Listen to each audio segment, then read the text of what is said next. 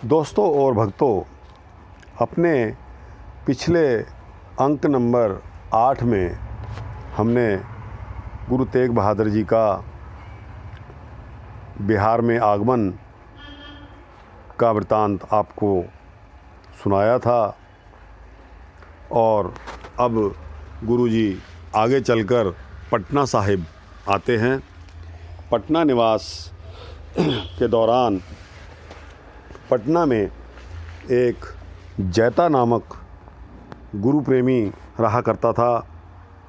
जब उसने गुरु जी के आगमन के बारे में सुना तो वह गुरु जी को अपने घर बड़े प्रेम के साथ ले जाने के लिए प्रार्थना करने लगा।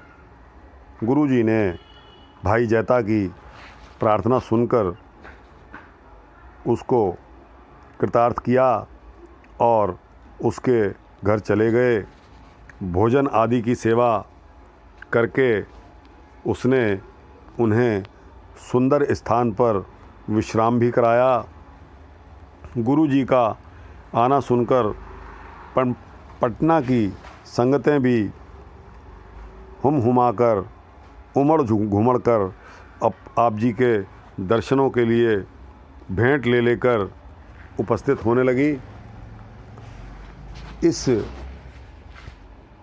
शहर के मसंद भी अपने साथ बहुत सी संगत और गुरु घर की कार सेवा इकट्ठी जो की हुई थी वो लेकर सभी गुरु जी के दर्शनों के लिए आते हैं और संगत का प्रेम और प्रार्थना प्रवान कर गुरु जी ने अपना निवास यहाँ ही रखना स्वीकार कर लिया। आप जी की माता नानकी जी, महल गुजरी जी, उनके भाई कृपाल चंद जी और कई सिख सेवक बड़े आनंद के साथ यहाँ रहने लगे और काफ़ी दिनों तक गुरु जी ने यहाँ निवास किया।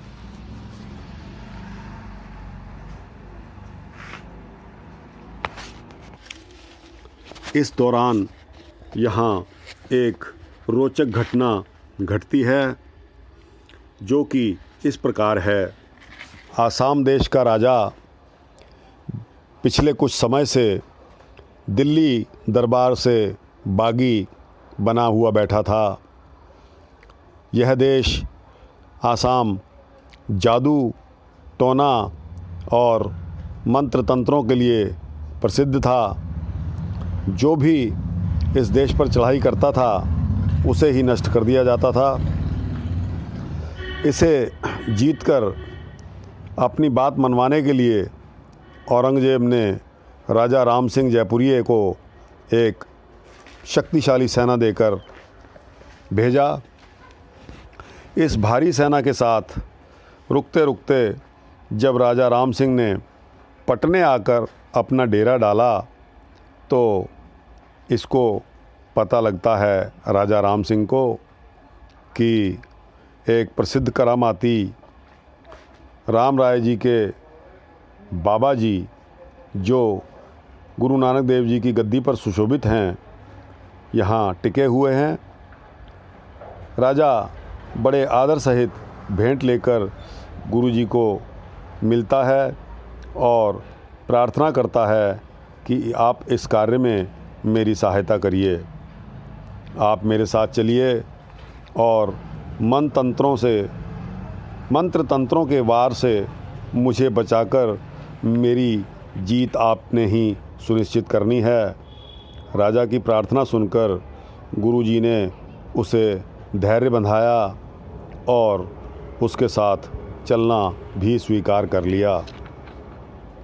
राजा के साथ कामरूप देश में आते हैं गुरु जी। राजा की जब प्रार्थना स्वीकार हो जाती है तो गुरु जी अपने माता नानकी जी, अपनी सुपत्नी माता गुजरी जी और इनके भाई कृपाल चंद जी के रहने का प्रबंध पटना शहर में ही कर दिया जाता है और आप खुद गुरुजी राजा के साथ उसकी सहायता के लिए चल पड़ते हैं।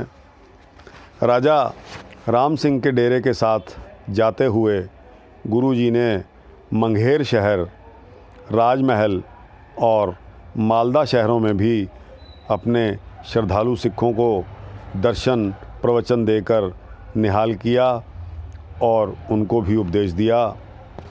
आगे जब गुरुजी ढाका पहुंचते हैं तो यहाँ के मसंद बुलाकी दास की बूढ़ी माता ने गुरुजी को एक पलंग, बिछौना और अपने हाथ के काते हुए सूत का एक जामा भेंट किया और बड़े प्रेम पूर्वक भोजन इत्यादि की सेवा की। यहाँ की संगत ने आपका बहुत ही आदर किया और स्वागत किया भावभीना। अब ब्रह्मपुत्र दरिया के किनारे दमदमा साहब तैयार करवा रहे हैं। ढाके से जब गुरुजी चलते हैं, राजा राम सिंह के साथ गुरुजी ने आसाम के धूबरी शहर के पास ब्रह्मपुत्र नदी के किनारे राजे के सैनिकों से एक बहुत ऊंचा दमदमा तैयार करवाकर उसके ऊपर आवास किया।